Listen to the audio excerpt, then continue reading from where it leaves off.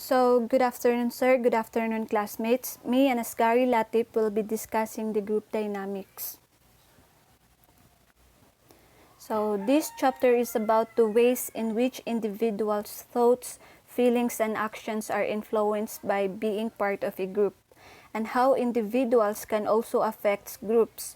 So, social psychologists consider a group to be composed of two or more people who interact and depend on each other in some way. So, in this chapter, it talks about the group in which individuals interact with each other, kung saan they can share their thoughts, feelings, and action. Being part of the group is we can learn from each other. Like for example, me and Skari as a group reporter. So as a group reporter, we share our individuals' thoughts and understanding about our topic. So in that way, we can learn something from each other. Incidental groups are simply where some people are brought together for a relatively short period of time, a matter of hours and at most, with minimal involvement in and commitment to each other. So, ang incidental group ay kung saan ang tao ay pinagsama-sama in the short period of time. And that way, magkakaroon sila ng commitment to each other. Like for example, are the kinds of small groups setups to do an exercise and training season or a workshop at a conference. So the membership groups are those defined by being member. Ang membership group is ito yung bilang parte ng isang grupo kung saan you can join and leave the group. But ang membership groups is typically last sometimes weeks, months, or years. As a membership groups, they have a commitment about their common goals and values. Identity reference groups are where belonging to the group involves identification with the group and where affiliation acts as a reference frame for a person to know who they are. So, ang identity reference group is ito yung set of people na malalapit sa iyo, yung mga taong nakakakilala sa iyo or nakakaalam ng buong buhay mo. They can be from your family, close friends, at iba pa. So, your buying decision since they are very significant to you. So, the next one is the social influence in groups. So, we have the 4 social influence in group. Number 1 is the conformity. Number 2 is the division. Number 3 is the social loafing. And number 4 is the social facilitation. Sa conformity, for example, sa conformity, whenever we change our behavior, views, and attitudes in response to the real or imagined presence of others, we are experience conformity. So, for example, in a group, mas na-improve mo or mas nakikilala mo yung self mo because of the other people or because of your group. Kumbaga, same kayo ng mga idea ng mga kagrupo mo. Kung ano yung nakikita mo sa kagrupo mo, parang may similarities kayo na gina-share within yourself, which is kung ano yung decision ng grupo mo, parang same lang kayo. So, conformity also, ginagawa mo yung bagay na yan kasi nakikita mo sa kanya, sa grupo mo na ginagawa din nila. Mas nasasabi mo sa self mo na it's okay for me to do it because I can see it on my group also. They are doing it, maybe it is correct or maybe it is not. So we have 2 types of conformity, which is the normative conformity and informational conformity. Sa normative naman, it means to say is parang within yourself, gina-change mo yung attitude mo sometimes para lang ma-accept ka ng mga kagrupo mo. So for example, yung isa sa kagrupo mo is for example mayaman, and then ikaw which is that which is that true, parang it's okay for you na magpanggap-panggap na lang kasi meron kang binabago sa self mo na attitude para lang ma-accept ka ng kagrupo mo.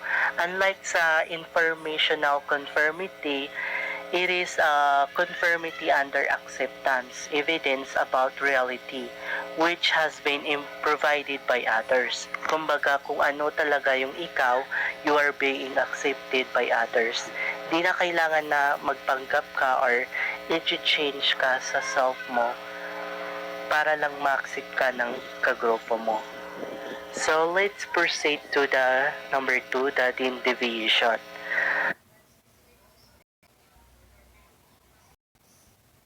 So, it is the loss of self-awareness and of individual accountability in a group. Sa division naman, it means to say is ito yung situation na in a group, hindi mo namamalayan na sometimes iba na pala yung mga kilos mo sa grupo. Parang naiiba yung attitude mo within in the group. Hindi mo namamalayan na you are creating impulsive or the deviant or mga violent acts. In that situation, syempre, they believe they cannot personality identify. So, sa number 3 naman is the social loafing. Most early studies in the situation found that overall task performance went down when people worked together.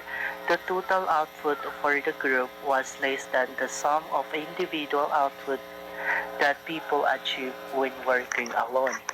So sa social loafing naman, it means to say is pag may ka-group work ka, so isa lang yung nagtatrabaho, dalawa, enough already. The rest is hindi na tumutulong sa grupo, which is that it is not good. Siyempre, once isa lang ang gumagawa sa grupo ng project, matagal talaga yan natatapos. Additional sa social loafing is ito yung tao bitaw na mga nagabigay na maliit lang na effort sa isa ka grupo. Maliit lang yung tulong niya sa grupo, which is siya lang yung taong pa-relax lang na hindi tumutulong. So number 4 is the social facilitation.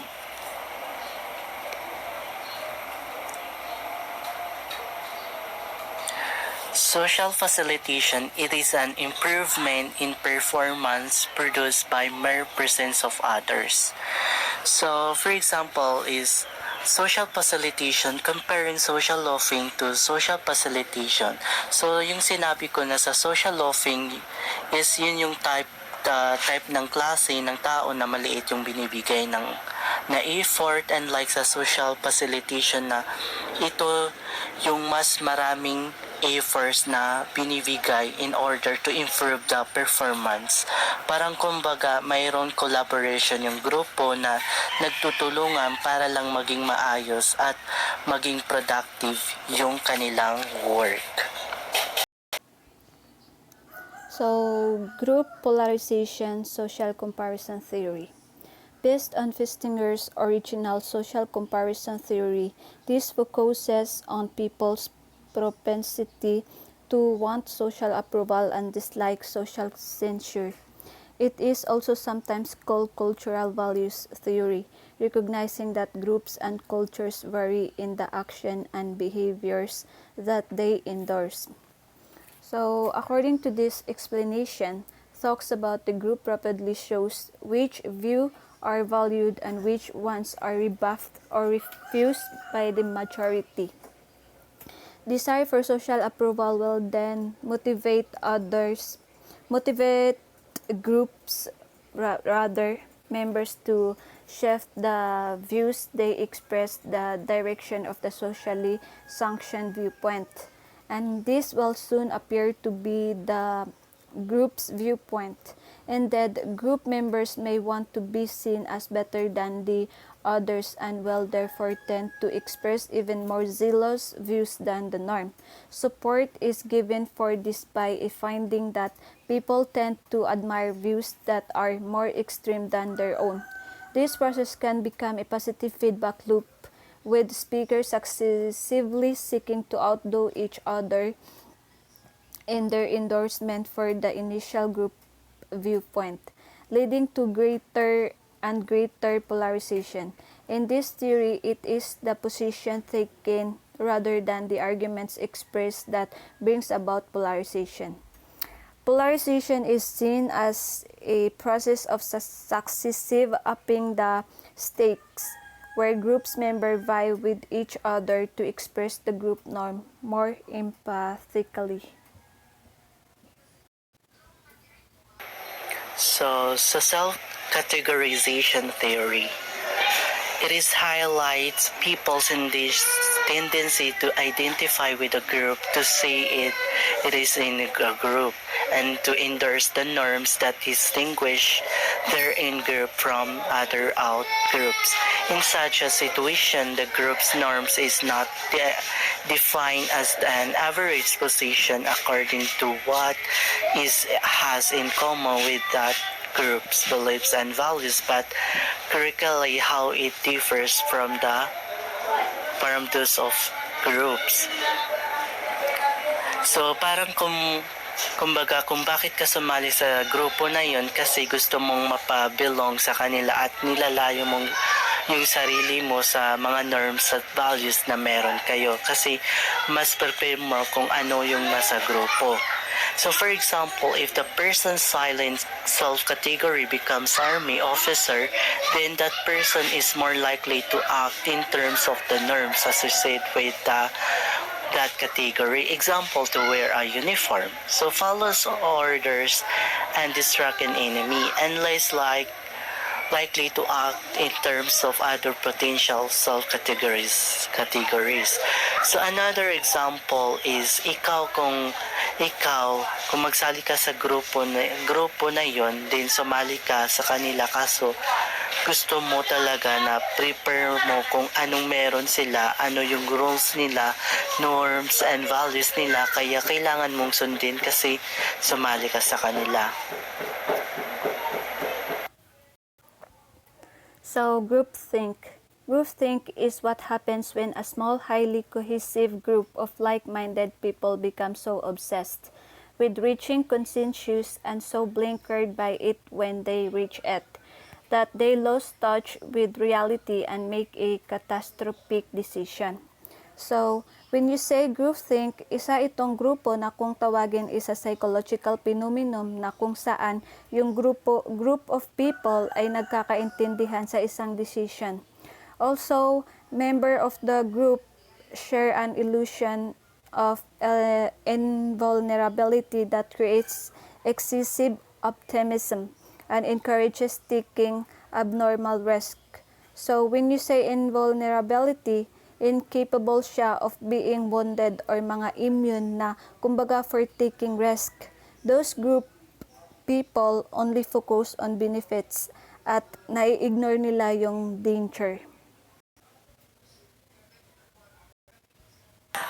The following sections provide information related to group dynamics. Specifically, the formation and development of groups is first considered, then some major types or classifications of group are discussed. So this is the following provided information related siya sa group dynamics, which is the group development. As applied to group development, group dynamics is concerned with why and how group develop. There are several theories as to why groups develop. So sa group, paano daw may develop? So there are the theories of group dynamics.